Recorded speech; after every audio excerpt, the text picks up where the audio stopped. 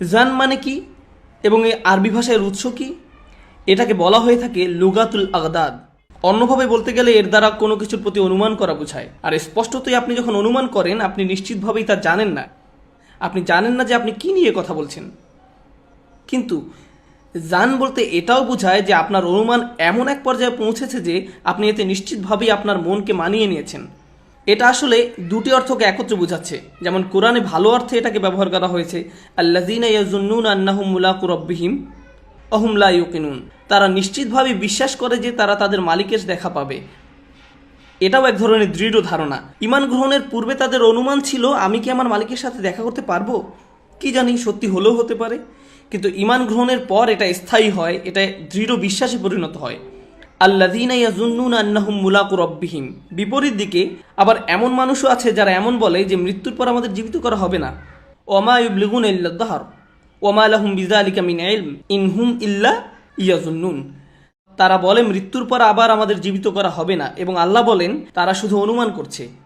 ইয়াজুন্নুন এটি আসলে ক্রীড়াপদ। এখানে কি বলা হচ্ছে বিশেষ করে এই আয়াতে?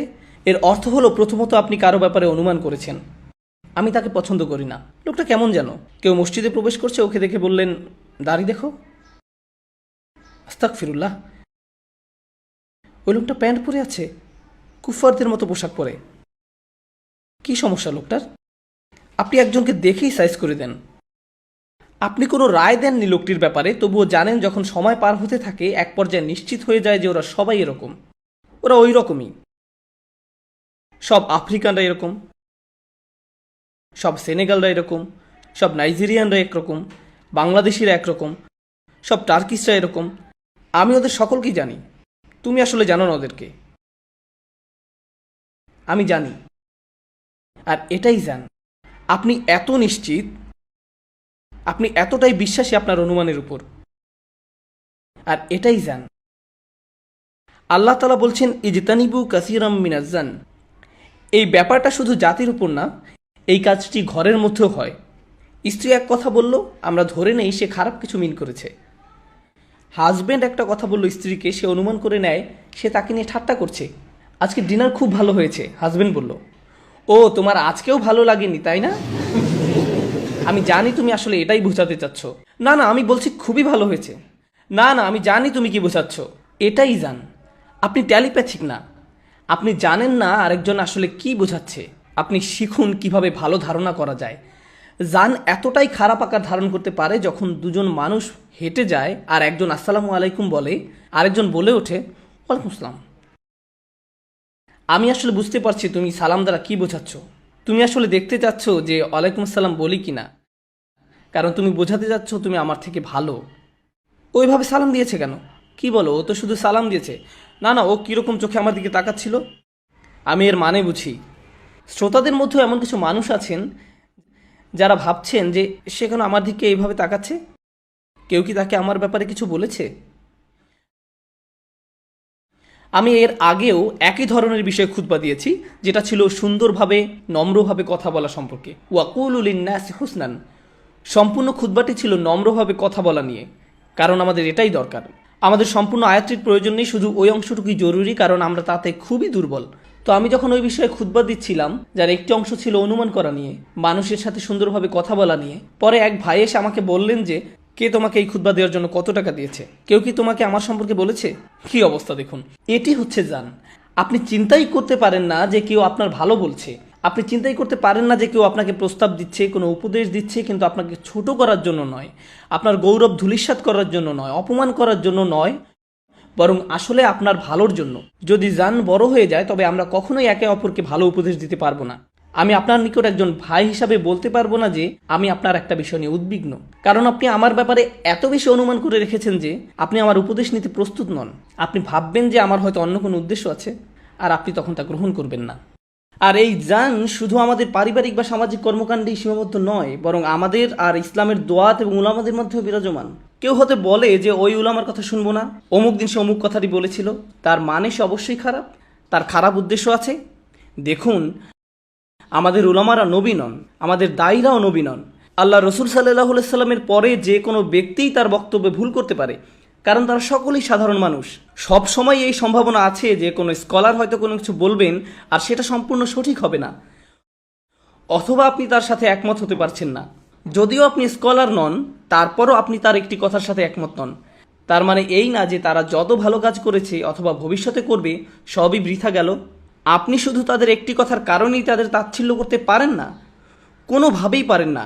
যদি এমনটা আপনার বা আমার সাথে ঘটতো, ভাবুন যে আমি একটি কথা বলেছিলাম 5 বছর আগে, আর কেউ একজন সেটি মনে রেখেছে আর আমার আর কোনো কথারই মূল্য দিচ্ছে না। অথবা হয়তো আপনি আমার বন্ধুকে কোনো কিছু বলেছিলেন। আমরা সবাই ভুল করি, কারণ আমরা সাধারণ মানুষ। কিন্তু শুধু একটি কথার উপর ভিত্তি করে একজন মানুষের পুরো চরিত্রকে অনুমান করা ঠিক নয়, তার চরিত্রকে ধূলিসাৎ করা ঠিক নয়। এরপর আবার অনেকে এমনও আছেন যারা ইসলামিক লেকচার শোনেন না, বই পড়েন না, দার্স শোনেন না। তারা শুধু লেকচারের সময় অপেক্ষা করেন এমন কিছুর জন্য যা তারা আক্রমণ করতে পারেন। ও, সেই কথা বলেছে, এই কথা, আচ্ছা আচ্ছা, মানে তারা ধারণা নিয়ে এখানে এসেছেন। তাদের আসার কথা ছিল আল্লাহর নৈকট্য লাভের জন্য, অথচ তাদের একমাত্র উদ্দেশ্য হলো ধারণা। আমি এই অংশটা নিব, এরপর এটা থেকে ভিডিও বানাবো, তারপর এর বিরুদ্ধে লিখব, তারপর এটা করব। আল্লাহু আকবার। আপনার সমস্যা কি? আপনার কি এর চেয়ে ভালো কিছু করার নেই? এত ধারণা কেন? এত সন্দেহ কেন? কেন অন্য কি ভুল বলল তা খুঁজছেন? আমরা নিজেদের দোষ খুঁজতে এতটাই ব্যস্ত যে নিজেদের মধ্যে ভালো কিছু করার সময় নেই। আমাদের উম্মার সবাইকে আল্লাহর কিতাব নিয়ে এতটাই বোদ্ধা হয়ে গিয়েছে যে আমাদের এখন খুঁজতে হবে আপনি কি ভুল বললেন, আমি কি ভুল বললাম, আর অন্যরা কি ভুল বলল। আমাদের এইসব করার সময় নেই, এর পিছনে শ্রম ব্যয় করার কোনো মানে নেই, চেষ্টা করার কোনো লাভও নেই। আল্লাহর বাণী প্রচার করার বদলে আমরা নিজেদের জুনুন নিয়েই মগ্ন, আমরা এসব নিয়েই ব্যস্ত। এজন্যই আল্লাহ বলেছেন ইজতানিবু কাসীরাম মিনাজ-জান, কিন্তু এটাই আমার খুতবার পুরোটা নয়। এরপরে আছে ইন্না বাদাজ জান্নি ইসমুন। তিনি বলেন নিঃসন্দেহে, কোনো সন্দেহ নাই। এটা পরিহাসের ভাবে আল্লাহ বলছেন, প্রথমত অনুমান হলো এমন কিছু যা তুমি শুরুতে সন্দেহ করেছিলে, কিন্তু ধীরে ধীরে তা মনে গেঁথে গেল। তাহলে আমি এখন এমন কিছু বলি যাতে কোনো সন্দেহ নেই, অনুমানের পর একটি জিনিস অবশ্যই আসবে, ইসম আসবে। আরবি ভাষায় ইসম এর প্রচলিত মানে হলো পাপ, কিন্তু কোরআনে পাপ বলতে জুনাহ, হারাজ সহ আরও অনেক শব্দ ব্যবহার করা হয়েছে, জান শব্দ ব্যবহার করা হয়েছে, এমন অনেক শব্দ ব্যবহার করা হয়েছে। তাহলে ইসমের বিশেষ অর্থটি কি? এর কয়েকটি অর্থ আছে। পুরনো দিনে আরবি কবিরা তাদের কবিতায় জুয়া খেলা বোঝাতেও কখনো ইসম শব্দ ব্যবহার করতেন। হিমার বা জুয়া খেলার বদলে তারা ইসম শব্দ ব্যবহার করতেন। তারা শব্দ দুইটি একে অন্যের পরিবর্তে ব্যবহার করতেন। অন্যভাবে বলা যায় আপনি আসলে জুয়া খেলেছেন। যখন আপনি অনুমান করেছেন আপনি জুয়া খেলেছেন, আপনি হয়তো সঠিক, কিন্তু আপনি ভুলও হতে পারেন।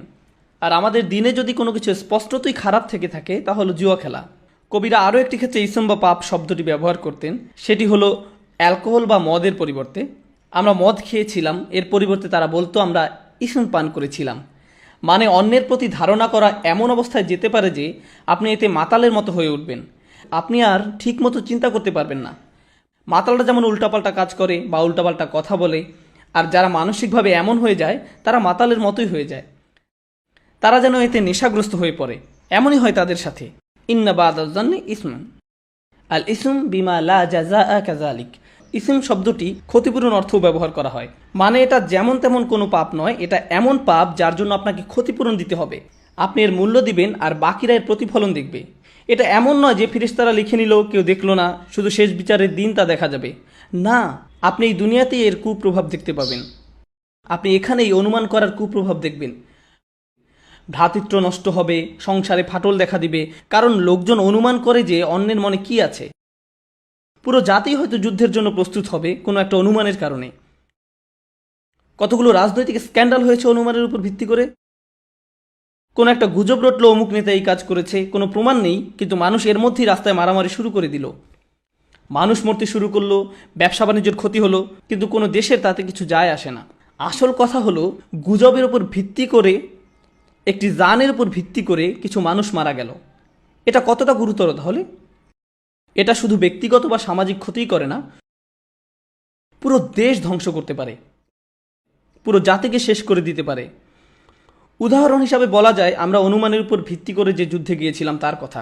আমরা এই অনুমান প্রচার করেছিলাম যে সেখানে মরণাস্ত্র আছে, তাই না? কিন্তু এখন সবাই জানে আসলে কিছুই ছিল না, সবাই জানে এটা কোনো গোপন খবর না, অথচ কত মিলিয়ন মানুষ মারা গেল এই অনুমানের কারণে।